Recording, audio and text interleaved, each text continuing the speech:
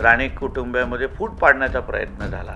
कटकारस्थान सगळ्या बाबतीचे झाले. निलेश राणे वर्सेस रवींद्र चव्हाण नक्की झाला. संवाद झाला असता तर खूप काही विषय क्लिअर झाले असते. आम्ही ठाकरेचं वाकरे केलं तर प्रत्येकाला देवेंद्र फडणवीस बनायचं आहे. घरातले राणे साहेब हे एवढे वेगळे आहेत, एवढे प्रेमळ आहेत, हक्कानी आहेत.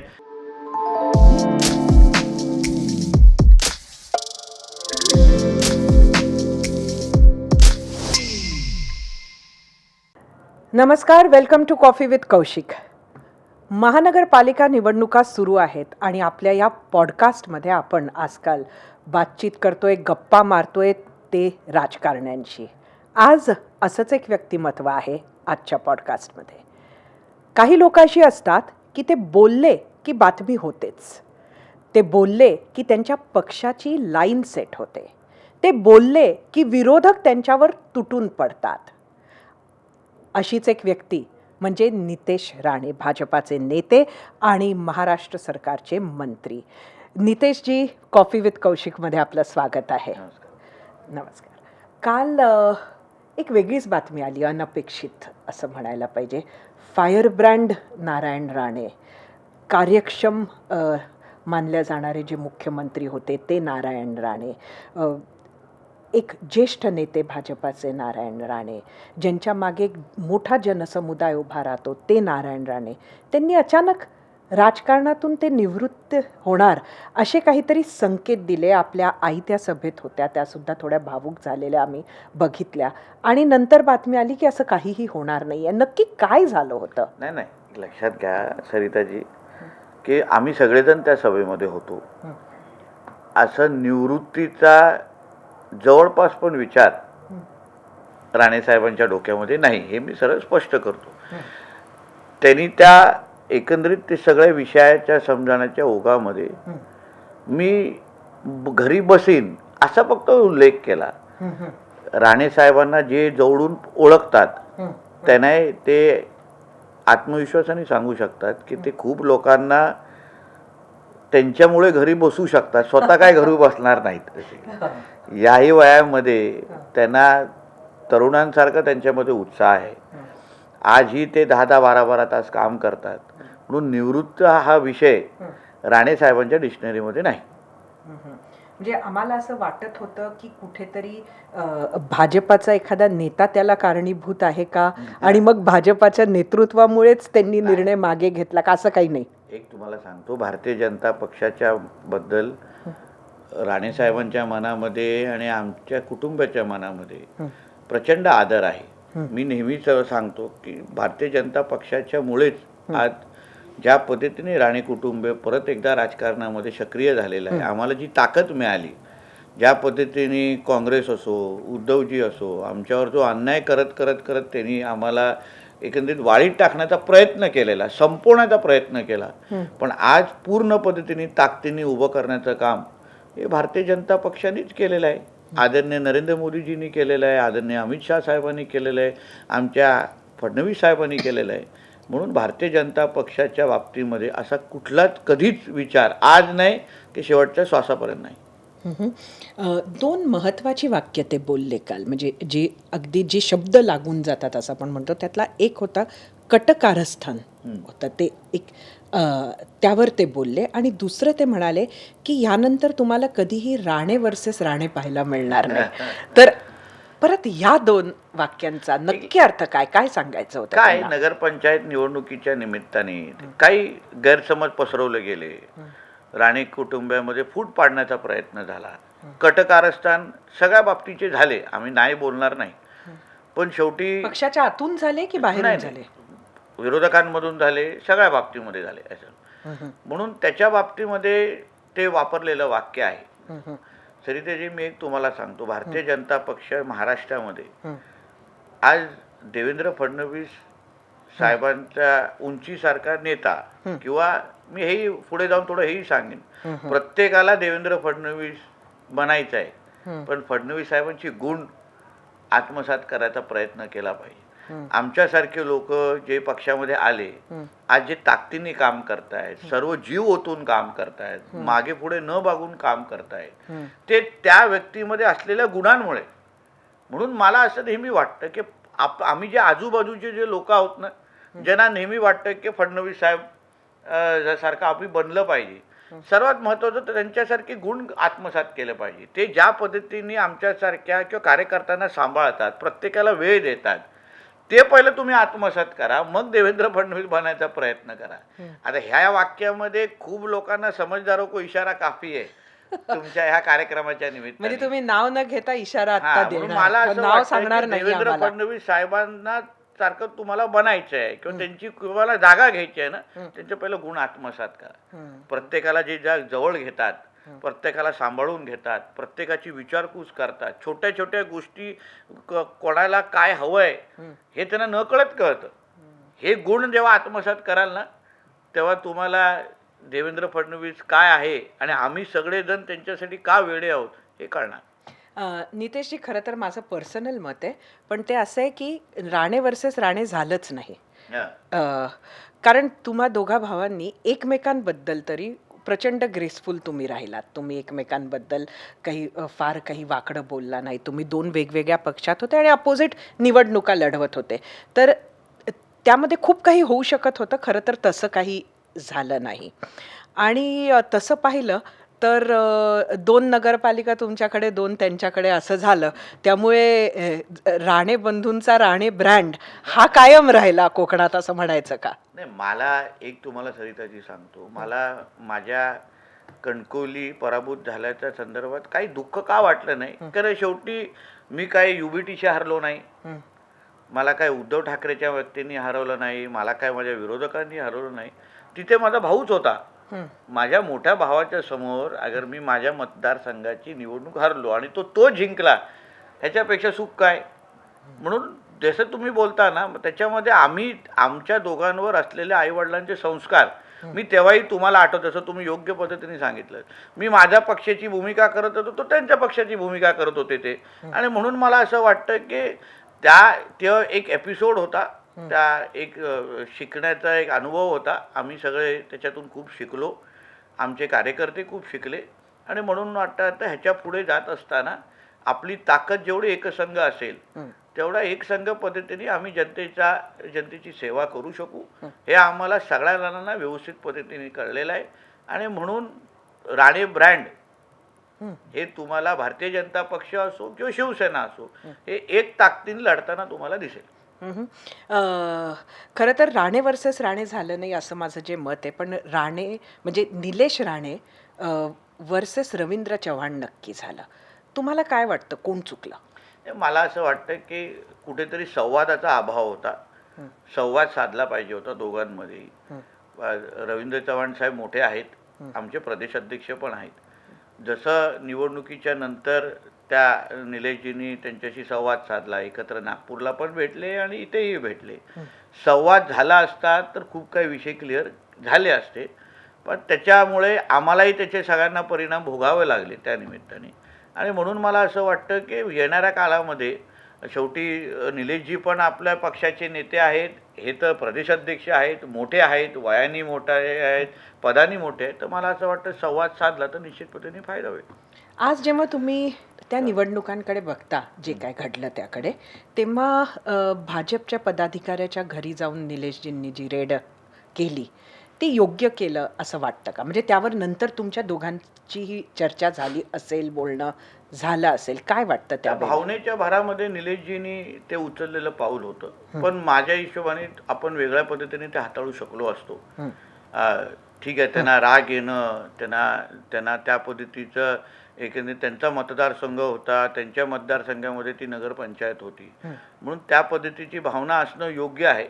पण थोडं वेगळ्या पद्धतीने हाताळलं असतं तर मला असं वाटतं निश्चित पद्धतीने तिथेही न्याय मिळू शकला असता. कारण का मी जिल्ह्याचा पालकमंत्री आहे, वडील खासदार आहे, भारतीय जनता पक्ष आणि शिवसेना आहे. पण ठीक आहे, पण त्या बोलतो ना, स्पर ऑफ द मोमेंट असतं, भावनेच्या भारामध्ये ते आपण काही गोष्टी करून जातो.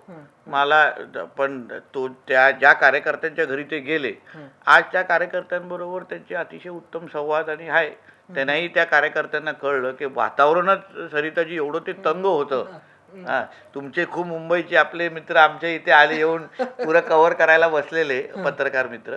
आणि म्हणून मला असं वाटतं की त्या वातावरणामध्ये ते सगळं झालं. पण आज आम्ही सगळेजणच म्हणजे म्हणजे तेही कार्यकर्ते असो, सेना, भाजप सगळेजण एकच. आता परवा तुम्ही वडिलांच्या स्वागतासाठी बघितलेली रॅली बघितली की तिथे भारतीय जनता पक्ष, शिवसेना, आम्ही सगळेजण एकत्र मिळून एक कुटुंब म्हणून तिथे होतो. आता खरं तर नगर परिषदांनंतर महानगरपालिकेची तयारी होते.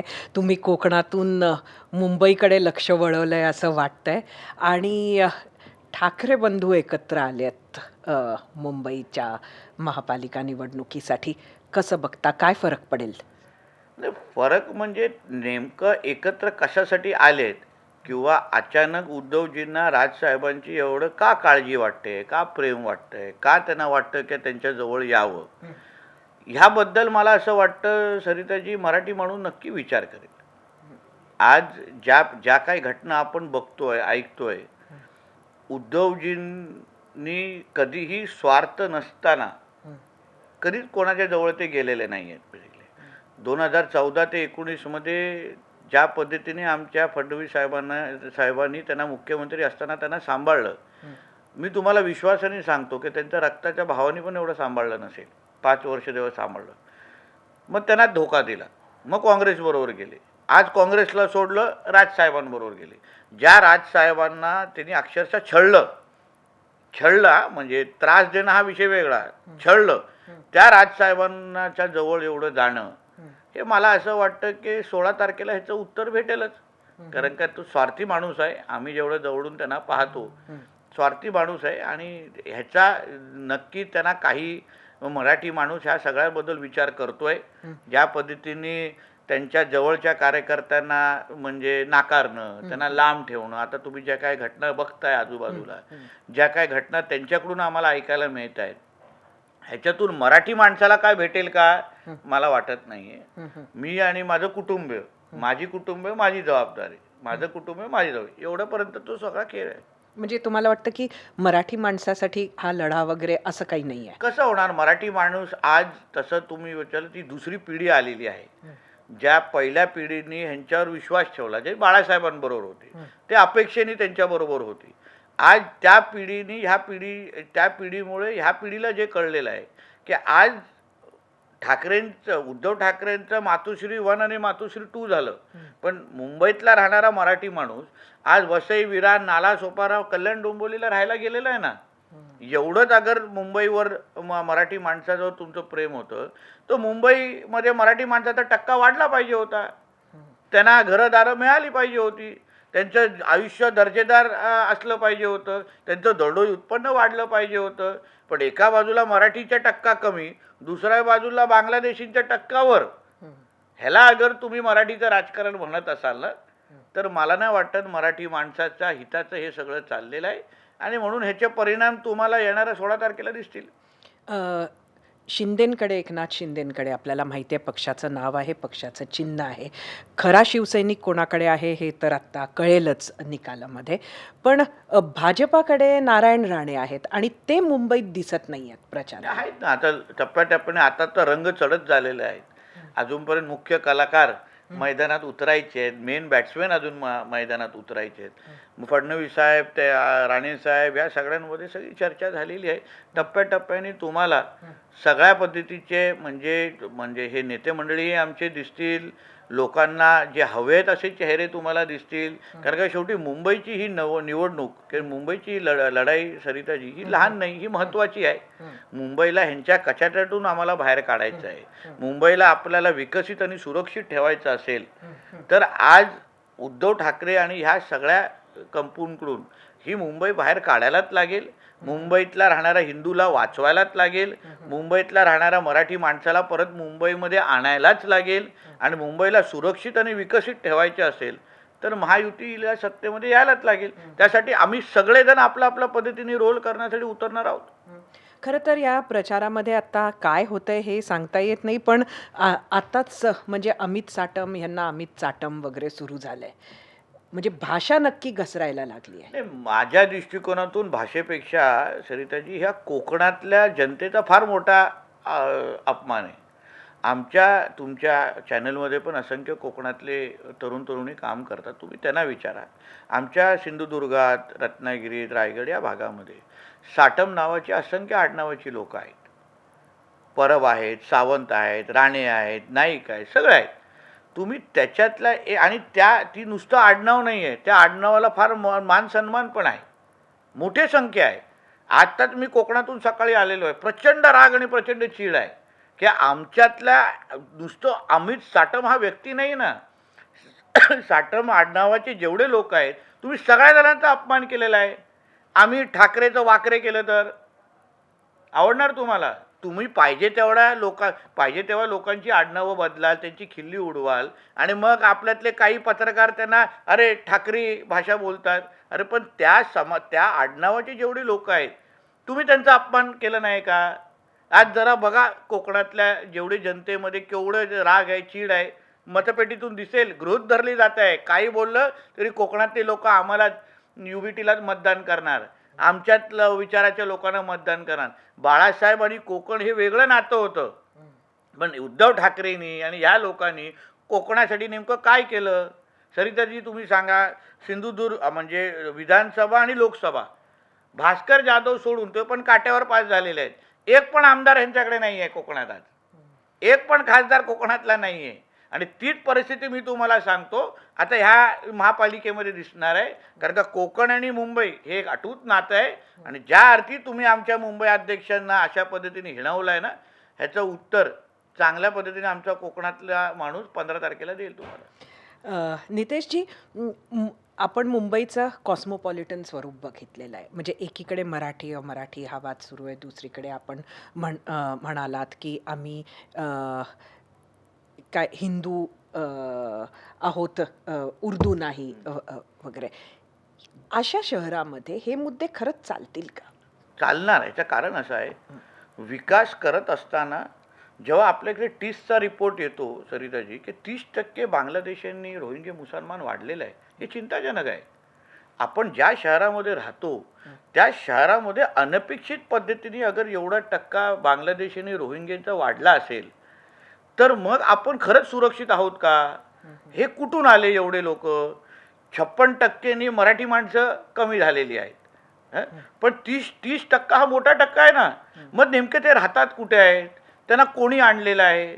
उद्या अगर मुंबईने असंख्य दंगली बघितलेली आहे, उद्या कुठली हिंदू मुसलमान नावाची दंगल मुंबईमध्ये पेटली, मग हे 30% लोक अचानक रस्त्यावर बाहेर आली, अचानक तुमच्या घरापर्यंत आली, अचानक कुठल्या तरी एका झोपडपट्टीतून असे चेहरे तुम्हाला दिसायला लागले ज्यांना तुम्ही कधीच बघितलेलं नाहीये.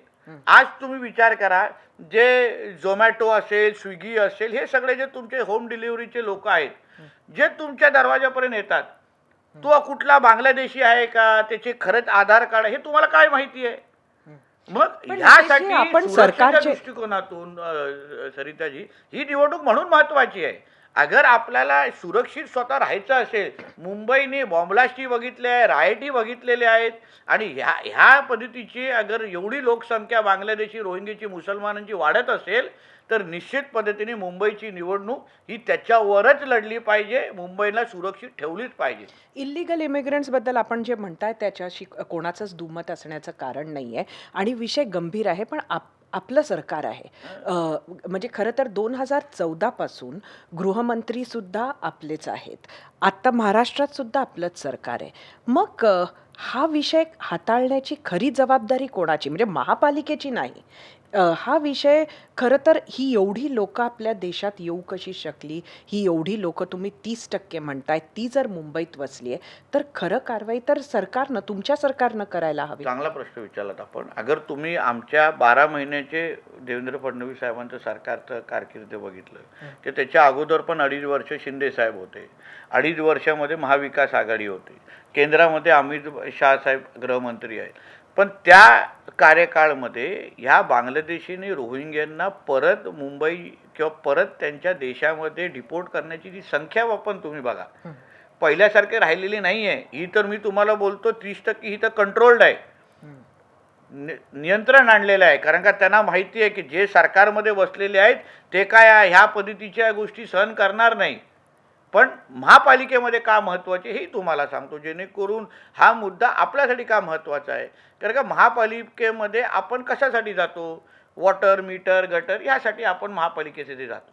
आता जेवढे हे रोहिंगे आणि बांगलादेशी मुसलमान जेवढे मुंबईमध्ये राहतात त्या प्रत्येकाकडे अगर वॉटर असेल, मीटर लावलेला असेल, त्यांना पाहिजे त्या सुविधा 18 प्रकारच्या नागरिक सुविधा आपल्याला नागरिक म्हणून भेटतात, ते देण्याची सगळी जबाबदारी महापालिकेची असते. काही लँड जिहादचे केसेस असतात जिथे हे लोक महापालिकेच्या जमिनीवर त्यांची 4-4, 5-5 फ्लोअरचे मदरसे बनवतात, काही अनधिकृत मस्जिदी बनवून ठेवतात आणि मग तिकडे असलेल्या हिंदू समाजाला तिथून बाहेर काढण्याचे ह्यांचे कार्यक्रम चालू होतात. ह्यासाठी महापालिकेमध्ये योग्य विचाराची सत्ता, जेणेकरून हे सगळे जे परवानग्या त्यांना देणारे जे लोक आहेत, जे वॉर्ड ऑफिसर आहेत, त्यांना तिकडल्या तिकडे त्यांच्यावर कारवाई होणं, महापालिकेमधून अशा पद्धतीचे ठराव होणं की जो मुंबईचा नागरिक आहे, जो इकडचा टॅक्स पेअर आहे, त्यालाच ह्या पद्धतीच्या फॅसिलिटी मिळणं, त्यालाच 18 प्रकारच्या नागरी सुविधा मिळणं, ह्यासाठी महापालिकेची सत्ता सरिताजी महत्त्वाची आहे. नाहीतर उद्या आजपर्यंत काय व्हायचं, तुम्ही गोवंडी परिसरात जावा, तुम्ही मानकुड परिसरामध्ये जावा, असे काही भाग आहेत तुम्हाला वाटणारच आहे तुम्ही मुंबईमध्ये, तुम्हाला वाटेल तुम्ही कुठे पाकिस्तानच्या कराचीमध्ये उभे आहात. एवढी वाईट अवस्था आहे. ह्यांना पूर्ण मुंबईची डेमोग्राफी बदलून अचानक मुंबईमध्ये आपला ताबा कसा घ्यायचा, आपली लोकसंख्या कशी वाढायची, मुंबईतला हिंदू माणूस, हिंदू जनसंख्या कमी कशी होईल, त्यासाठी ह्यांचं जे नियोजन चालू आहे ना, त्याला थांबवायचं असेल तर म्हणून जसं केंद्रामध्ये नरेंद्र मोदीजींचं सरकार आहे, राज्यामध्ये फडणवीस साहेबांचं सरकार आहे, त्याच विचाराचं, हिंदुत्वच विचाराचं जेव्हा महापौर, म्हणून मी काय बोलतो, आय लव्ह महादेवाला तिथे बसवा महापौर, कारण का तो कधीही या चुकीच्या बांगलादेशी रोहिंगे मुसलमानांना ना वॉटर मीटर गटर मिळून देणार नाही. ह्यासाठी हे आमच्या दृष्टिकोनातून हे निवडणूक महत्त्वाची आहे. नितेशजी, तुम्ही कोकणातून येता. कोकणामध्ये खूप मोठा मुस्लिम समुदाय आहे आणि खरं तर तिथला मुसलमान हिंदूंपासून काही वेगळा असं कसं कळत नाही. हां, आणि असं असताना सुद्धा आपली भूमिका सतत मुस्लिम विरोधी का वाटते? आम्ही जिहादी मुसलमानांच्या विरोधात आहोत सरिताजी. आम्ही राष्ट्रभक्त मुसलमानांच्या विरोधात नाही.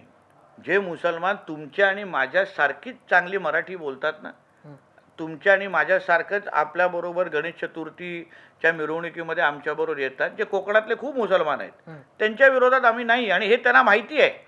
पण ज्या मुसलमानांना आमच्या ह्या देशामध्ये जिहाद करायचं आहे, गजवाय हिंदच्या अंतर्गत आमच्या देशाला इस्लाम राष्ट्र करायचं आहे, आमच्या प्रत्येक सणासुदीला ह्यांना दगडी मारायची आहे, चपला मारायची आहेत, पाहिजे तिथे ह्यांना यांच्या मस्जिदी अनधिकृत पद्धतीने उभं करून आपला प्रश्न इथे वाढवायचा आहे ना, जिहाद करणाऱ्या मुसलमानांच्या विरोधात आम्ही आहोत, कडवट पद्धतीने आहोत.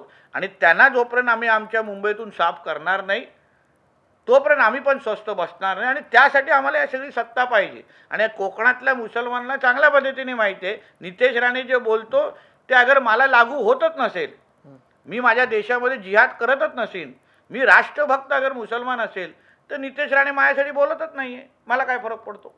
पण ही जी तुमची भावना आहे ना, ही महाराष्ट्रात पोचत नाही. आणि तुम्ही फक्त हिंदूंचे मंत्री नाही, तुम्ही महाराष्ट्राचे मंत्री आहात.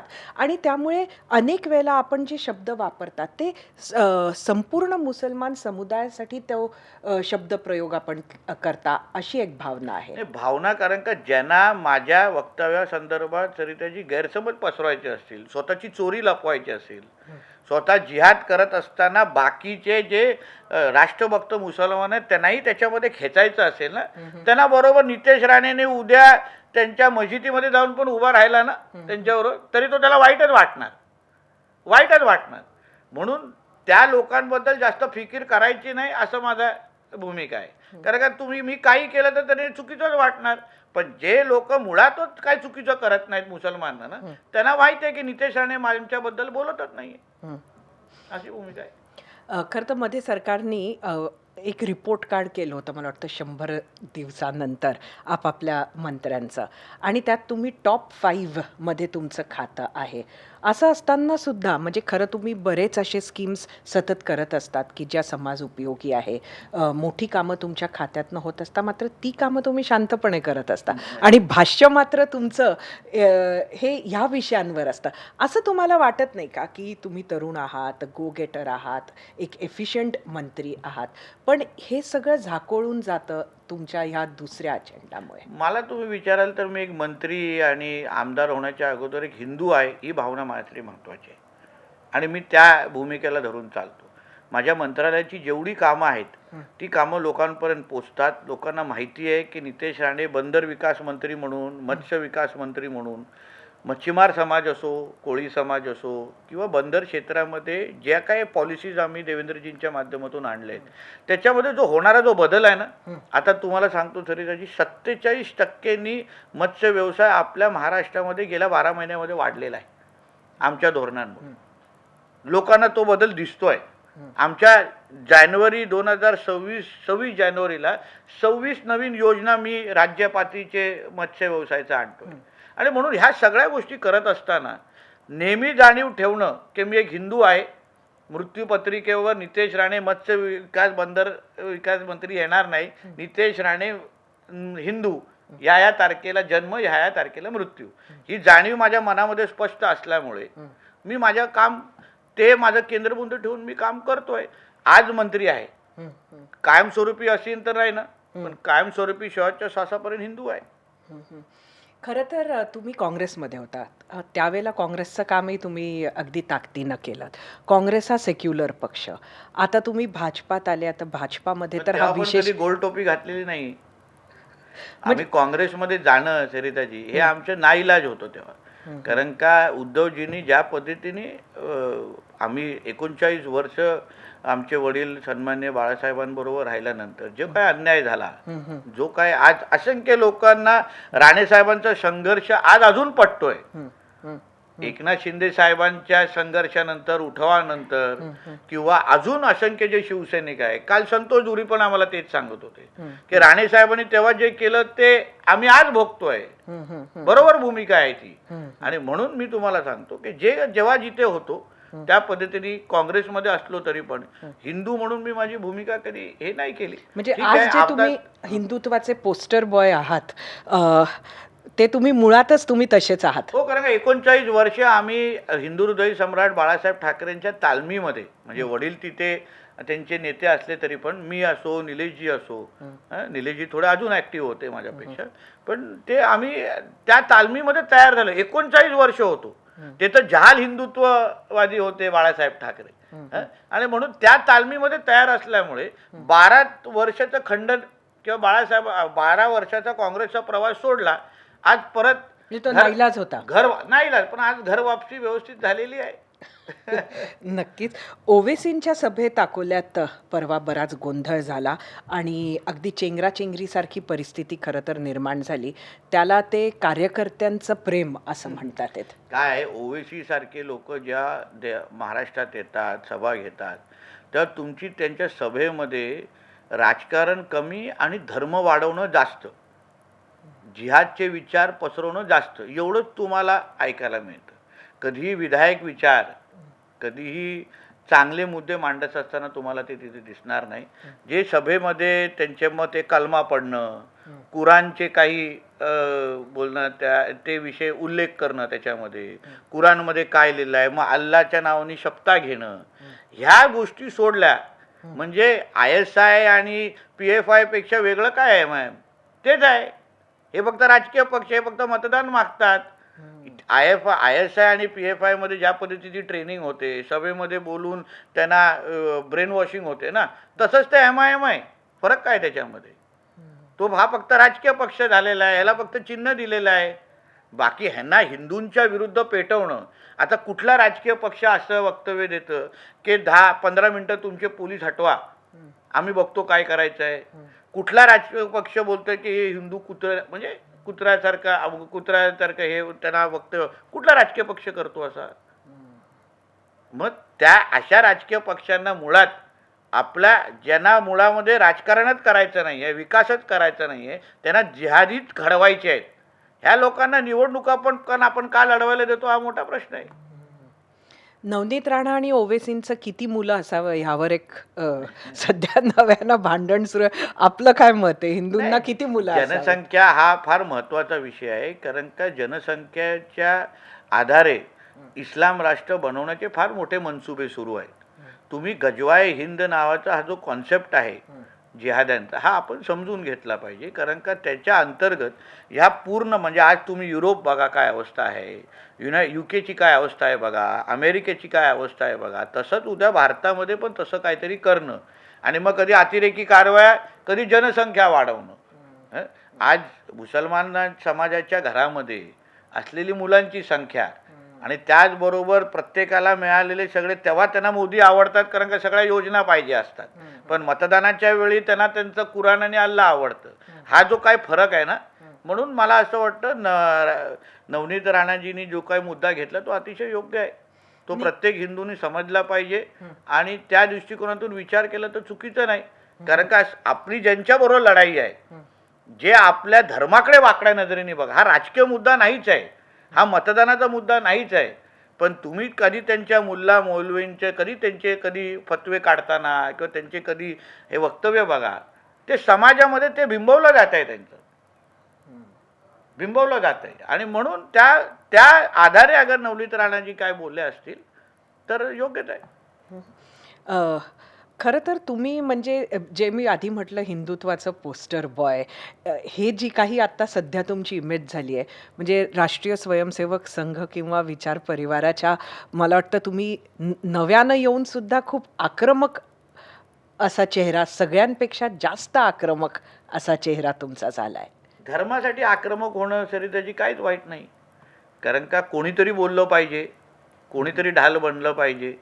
आज आपल्या लव जिहादच्या निमित्ताने जेव्हा आपल्या हिंदू बहिणींचं आयुष्य खराब केलं जातं, ज्या असंख्य पीडित कुटुंबियांना भेटण्याची संधी आम्हाला आमच्या हिंदुत्वादी कार्यकर्त्यांमुळे मिळते, ते आयुष्य वाचवणं आणि तिच्यासाठी उभं राहणं. आमच्या हिंदू कुटुंबियांना जेव्हा एक हिंदू कुटुंब असतं, सगळे मुसलमान समाजाचे लोक असतात आणि त्यांना जो काय त्रास दिला जातो, अशा असंख्य उदाहरण आम्ही बघितलेले की पहिला सुरुवातीला एकच मुसलमान कुटुंबीय असतं, सगळे हिंदू असतात, काही वर्षानंतर एकच हिंदू राहतं आणि सगळेच मुसलमान राहायला लागतात. तर ह्या सगळ्याच्या विरुद्ध जी काय लढाई लढण्याची अगर संधी मला मिळत असेल, माझ्या धर्मासाठी जगायला अगर संधी मिळत असेल, तर मला त्याच्यामध्ये काहीच गौण वाटत नाही. आम्ही तुम्हाला विजयादशमीच्या उत्सवात अगदी संघाच्या युनिफॉर्ममध्ये बघितलं. काय तुम्हाला संघाबद्दल, म्हणजे तुम्ही इतक्यातच संघाच्या जास्त जवळ आला असाल, नाही, मला काय तुम्ही शिकला? विचार राष्ट्रभक्तांची जी संघटना आहे, राष्ट्रासाठी वाहून जाणं आणि हिंदुत्व हे राष्ट्रत्व आहे, ही जी काय भावना त्यांनी माझ्यामध्ये रुजवली किंवा मला अजून समजून चांगल्या पद्धतीने सांगितलं किंवा मी समजून घेतली त्या पद्धतीने, आणि म्हणून मला असं वाटतं की त्यांच्या अजून सहवासात राहणं, अजून त्यांच्यामध्ये म्हणजे त्यांच्या पूर्ण एकंदरीत संघटनेचा भाग होणं, ते मला असं वाटतं की उद्या राजकारणामध्ये अगर एकदमच कंटाळा आला तर सगळं बाजूला ठेवून संघाचं काम करायला मला निश्चित पद्धतीने आवडेल. अरे वा, निश्चित. आणि मी ही भावनाही व्यक्त केलेली आहे. ते कधी तुम्हाला एकदमच मला प्रक्रियेतून अगर राजकारणाच्या प्रक्रियेतून अगर मला बाहेर निघायसारखं कधी वाटलं तर मी राष्ट्रीय स्वयंसंघामध्ये निश्चित पद्धतीने सामील होऊन आणि ते कार्य करत बसेन. खरं तर एक असं म्हटलं, मला वाटतं राणे साहेबांनी आधी हे म्हटलेलं आहे की राणे ज्या पक्षात असतात त्या पक्षाला 100% देता. मग आपण 100% आता ह्याच पक्षात राहणार अशी गॅरंटी देऊ शकता का? मी तुम्हाला सांगतो की मी आजचा तुमचा हा इंटरव्ह्यू रेकॉर्ड करून ठेवा, 25 वर्षांनी बघा, 50 जेवढं पण आयुष्य असेल तेवढं आता ह्याच्या पलीकडचा विचार आता येणं माझ्याकडे शक्यच नाही, कारण का मी एवढ्या खोलात जाऊन या सगळ्यामध्ये ह्या सगळा विचार मी स्वीकारलेला आहे. तुम्ही जेव्हा माझे वक्तव्य बघता की मी एवढं टोकाचं बोलतो, एवढा त्या पूर्ण त्या कॉमला अगर मी अंगावर घेत असेल का माझ्या धर्मासाठी, माझ्या वैयक्तिक कारणासाठी नाही. खरं म्हटलं तर त्यामुळे माझे मतदान कमी झालं पाहिजे, पण मी तोही विचार करत नाही. कारण का मला भावना जेवढी आहे की जे काय आहे आता हे शेवटचं आहे, शेवटच्या श्वासापर्यंत. म्हणून राजकारण हा एक मी असा 24 तास राजकारण करणाऱ्यापैकी व्यक्ती नाही आहे. आम्हाला काय कायमस्वरूपी मी पदावरच राहिलं पाहिजे अशी काय अपेक्षा माझ्याकडे बिलकुल नाही. मी आज मंत्री आहे कारण का त्यांना माझ्यावर विश्वास, माझ्या वरिष्ठांचा माझ्यावर विश्वास बसला म्हणून मला जबाबदारी दिली. पण कधी मला सांगितलं की सगळं काढून आपण तुम्ही एक स्वयंसेवकासारखं राहा, मी ह्याच्यापेक्षाही जास्त समाधानाने राहीन. बरं, मंत्री म्हणून कुठली 5 कामं तुम्हाला करून दाखवायची आहे? सर्वात महत्त्वाचं म्हणजे एकतर जलवाहतूक हे आपल्या राज्यामध्ये मुंबईमध्ये चालू करायची आहे. ती आमच्या देवेंद्र फडणवीस साहेबांचं फार मोठं महत्त्वाचं स्वप्न आहे. जसं त्यांनी मेट्रोचं जाळं आज पूर्ण तुमच्या नागपूरमध्ये, आमच्या मुंबईमध्ये सगळं तुम्हाला पाहायला मिळतं, तसेच जलवाहतूक म्हणजे मुंबई वॉटर मेट्रो हे फार आमच्या त्यांची आणि आमची डिपार्टमेंट म्हणून आमचं फार ॲम्बिशियस एक आमचा प्रोजेक्ट आहे. त्याच्यावर फार जवळून आम्ही काम करतो आहे. डिसेंबर 2026ला आम्ही पहिले 3 रूट चालू करण्याच्या तयारीमध्ये आहोत. म्हणून त्या एक विषयावर मी फार जवळून काम करण्याच्या तयारीमध्ये आहे. जसं मी तुम्हाला बोललो की मत्स्य खात्यासाठी मला राज्याच्या स्वतंत्र योजना आणण्याच्या फार आग्रही आहे मी. कारण का आज एकही योजना नाही जे आमच्या राज्याच्या हक्काची आहे. सगळ्या आम्ही केंद्राच्या योजना आम्ही वापरतो आणि त्याची निधी त्याच्या योजनेच्या माध्यमातून मच्छीमारांचा विकास करतोय. म्हणून त्या राज्याच्या योजना तयार करणं, आपल्या राज्यामध्ये उदाहरण तारापूर एक्वेरियम जिथे आहे, आम्ही सरिताजी वर्ल्ड क्लास असं एक एक्वेरियम बांधण्याच्या तयारीमध्ये आहोत.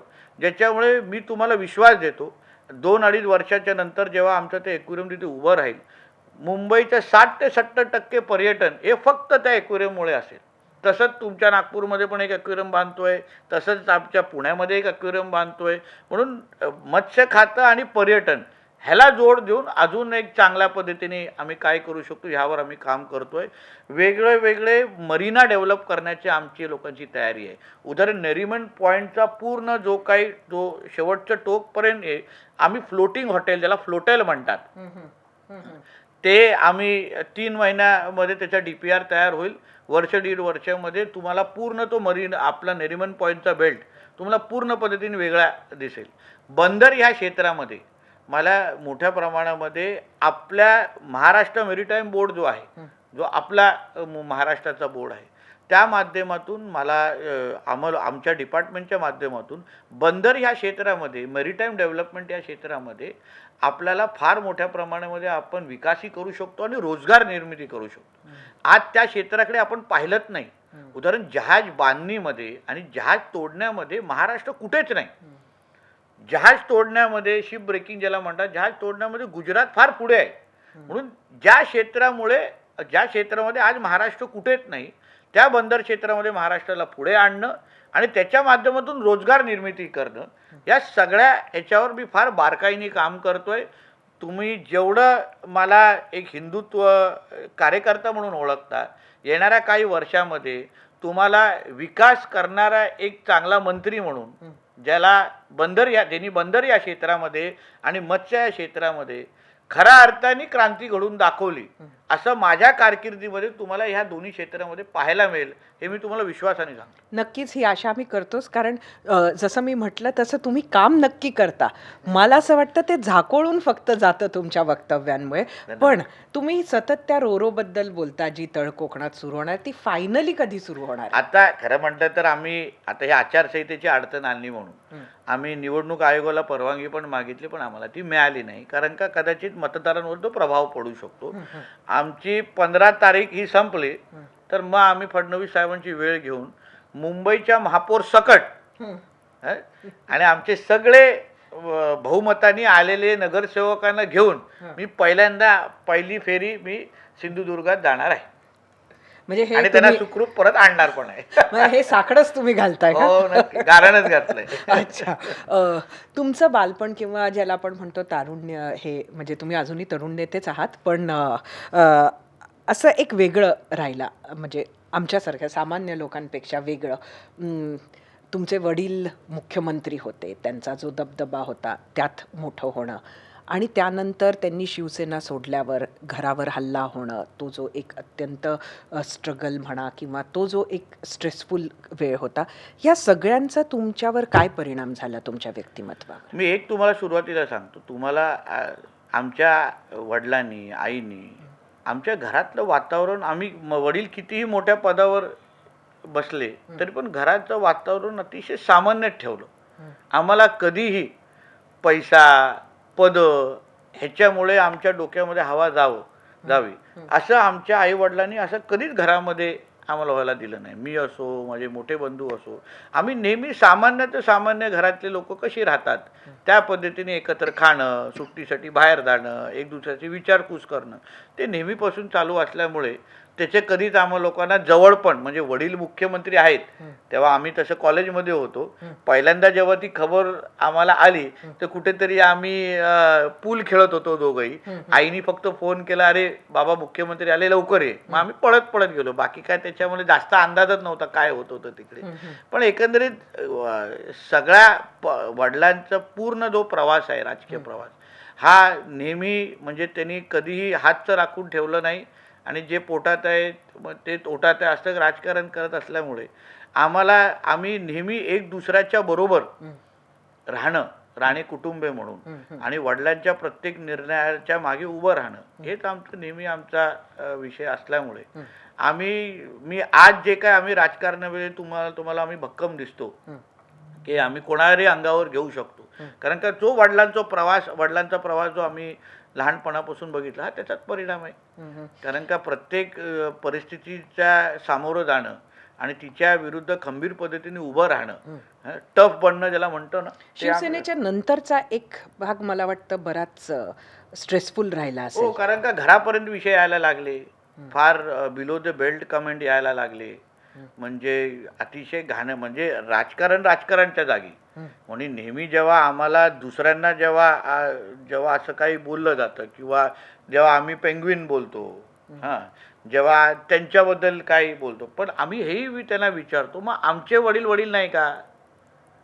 उद्धवजी तुमचे वडील, पण राणेसाहेब मग आमचे वडील. मग आमच्या वडिलांना जेव्हा तुम्ही नावं ठेवता मग आम्ही सहन करायचं, पण तुम्हाला काय बोललं तर लगेच तुम्ही फोनाफोनी करणार किंवा लगेच तुम्हाला मिरच्या लागणार. हा जो विषय आहे ना, हा राजकारणामध्ये सरिताजी कधीतरी थांबला पाहिजे, मला असं वाटतं. हे फोनाफोनी करणं म्हणजे काय आहे नक्की? कधी रश्मी जे वहिनींच्या इकडे तिकडे फोन यायचे ना, जेव्हा अशी कधी कमेंट यायची सुरुवातीचं, आता तर ते सगळंच बंद झालेलं आहे. पण माझं असं म्हणणं आहे की ह्या सगळ्या गोष्टी राजकारणामध्ये कुठेतरी थांबल्या पाहिजे. ठीक आहे, आम्ही राजकारणात आहोत, या सगळ्या आहेत, पण जेव्हा तुम्ही एकाच्या वडिलांबद्दल, आईबद्दल अगर पर्सनल जाल तर मग तुम्हाला पण तुमच्या आई वडिलांबद्दल ऐकण्याची ताकद असली पाहिजे. पण मला मुळात असं वाटतं की ह्या कोणाच्याच आई वडिलांच्या बाबतीमध्ये, नातेवाईकांच्या बाबतीमध्ये असं कोणी बोलता कामा नये. काल राणेसाहेबांनी एक दोन दिवसात एक किस्सा सांगितला होता की म्हणजे खूप आधीचा होता की ते कोणाला तरी जिवे मारायला जाणार होते. त्यांच्या बायकोला त्यांनी तसं सांगितलं आणि नंतर बाळासाहेबांनी त्यांना म्हटलं की तुम्ही असं करू नका, माझा सल्ला. मला वाटतं ह्याच्या उत्तर तुम्ही त्यांना कॉफी विथ इथे बोलवा, तुम्ही त्यांना विचारा.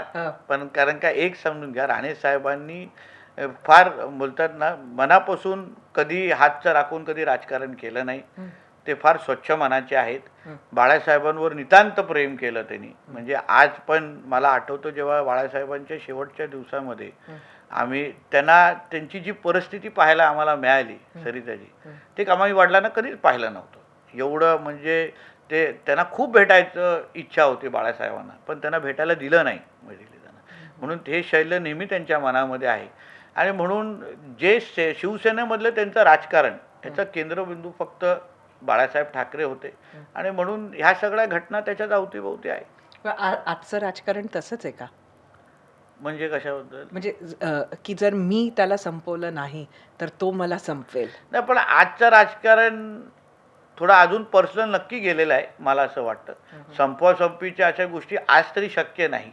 आज तेव्हा 90च्या दशकाचं राजकारण थोडं वेगळं होतं, तिथे सोशल मीडिया नव्हता, हे होतं. आज थोडा पोलीस आहो, सोशल मीडिया हो, अशा सगळ्या गोष्टी अजून प्रभावी झाल्या असल्यामुळे मला नाही वाटत आजच्या या सगळ्या गोष्टी शक्य आहेत. वडील म्हणून नारायण राणे कसे होते? वडील म्हणून अतिशय प्रेमळ. म्हणजे तुम्हाला जे राणेसाहेब बाहेर दिसतात त्याचे 360 डिग्री वेगळे आहेत आमच्याबरोबर, पण तेवढीच शिस्त आहेत.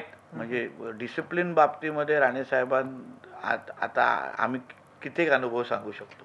आणि म्हणून पण आज आम्ही जे दोघं घडलो ते पण त्यांच्यामुळेच आहेत. पण प्रचंड म्हणजे प्रेम. कधी अभ्यासासाठी वगैरे मारला असं नसेल? हात कधी उचलला नाही. अच्छा. आमच्या वडिलांनी आमच्यावर कधी, आई वडिलांनी दोघांनी कधीही हात उचललेला नाही.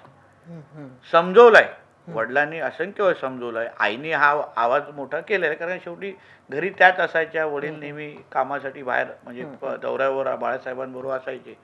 पण आवाज मोठे करेपर्यंत ठीक आहे, पण वडिलांनी कधीही चुकून हात उचलला. आज तेवढंच प्रेम ते त्यांच्या दोन्ही नातवांवर पण करतात. घरातले राणेसाहेबांना कधी तुम्ही पाहिलं ना, तुम्ही ओळखूच शकणार नाही ते खरंच राणेसाहेब आहेत का. नातवंडांवर प्रचंड प्रेम, प्रचंड प्रेम दोघांबद्दल. म्हणजे प्रत्येक छोट्या मोठ्या गोष्टी विचारणं, त्यांना सगळ्या गोष्टी सांगणं, सगळ्या गोष्टी सगळं एकदम आतमधले घरातले राणेसाहेब हे एवढे वेगळे आहेत, एवढे प्रेमळ आहेत, हक्कानी आहेत. मी तर त्यांच्याशी फार जवळ राहिलेलो आहे.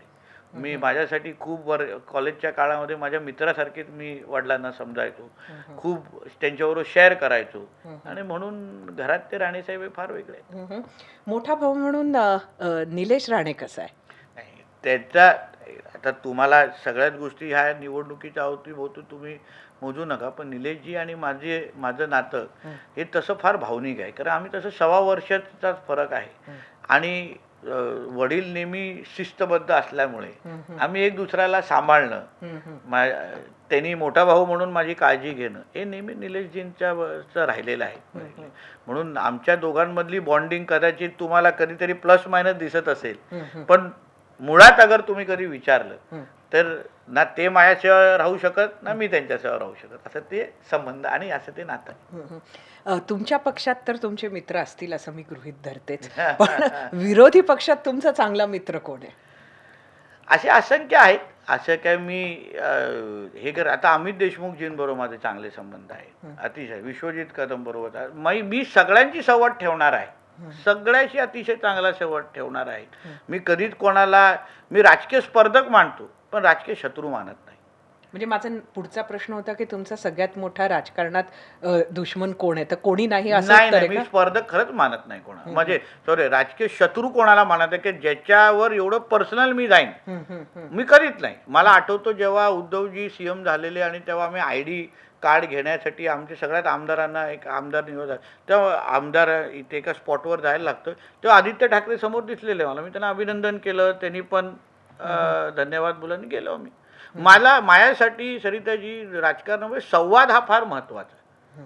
मी संवाद ठेवणाऱ्यापैकी आहे. मी प्रत्येकाशी बोलतो, चर्चा करतो, आणि जेव्हा जेव्हा त्यांना माझी मदत लागेल तर मी मदत करतो. एवढं सरळ सोपं आहे. शेवटचा प्रश्न विचारते. जेव्हा स्पर्धक हा शब्द येतो तेव्हा त्याचा अर्थ असतो की आपली समोर काहीतरी महत्त्वाकांक्षा असते. आज आपण ऑलरेडी मंत्री आहात या तरुण वयात. येणाऱ्या काळात नेक्स्ट ध्येय काय आहे तुमचं? नाही, नेक्स्ट ध्येय सांगून मी कशाला माझी स्वतःची विकेट काढून घेऊ. पण मी तुम्हाला सांगतो, आज मी जो माझा प्रवास सुरू आहे तो सगळा अनपेक्षित आहे. मला काय एवढं लवकर मंत्री मी बनीन, एवढी मोठी जबाबदारी येईल हे मला खरंच वाटलं नव्हतं. पण देवेंद्रजींच्या आजूबाजूचा सहवास मला लाभला, आणि मी तुम्हाला बोलतो त्या माणसांनी मला प्रचंड तयार केलं, मला म्हणजे मार्गदर्शन केलं. आणि मला असं वाटतं की त्यांना जिथे जिथे माझी मदत लागेल ना, जशी मदत लागेल, आज ते मुख्यमंत्री आहेत आणि म्हणून मी मंत्रिमंडळात आहे. ह्याच्या अगोदर ते विरोधी पक्ष नेते होते, आम्ही त्यांच्या टीममध्ये त्यांना मदत करत होतो. त्यांना जिथे जिथे माझी मदत लागेल, जशी लागेल, मी तसं करायला तयार आहे. त्याच्यासाठी मला मंत्रीच त्यांनी ठेवणं असं नाही. त्यांनी सांगितलं की नितेश चल तुला आता मला दुसरी जबाबदारी द्यायची आहे, त्या जबाबदारीमध्ये मुळे मला मदत होईल, मी करणार ती. मी ते धरून चाललेलो आहे, कारण का त्या माणसाचा माझ्या आयुष्यावर फार मोठा प्रभाव आहे सरिताजी.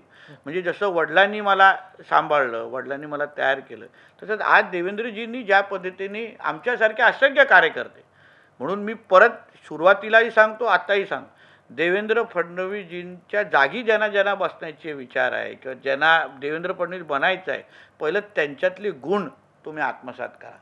ते जसे आमच्यासारख्या कार्यकर्त्यांना सांभाळतात, जवळ घेतात, समजून घेतात, तसं पहिलं करायला शिका. मग देवेंद्र फडणवीस बनण्याचे स्वप्न बघा. आता हा टोला नक्की कोणाला आहे हे तुम्ही सांगत नाहीये म्हणून आपण इथंच थांबूयात. आपण मला माहिती आहे प्रचारात व्यस्त असताना कॉफी विथ कौशिकसाठी वेळ काढलाय. आपले खूप खूप धन्यवाद आणि मनापासून येणाऱ्या धन्यवाद. निवडणुकांसाठी शुभेच्छा. धन्यवाद.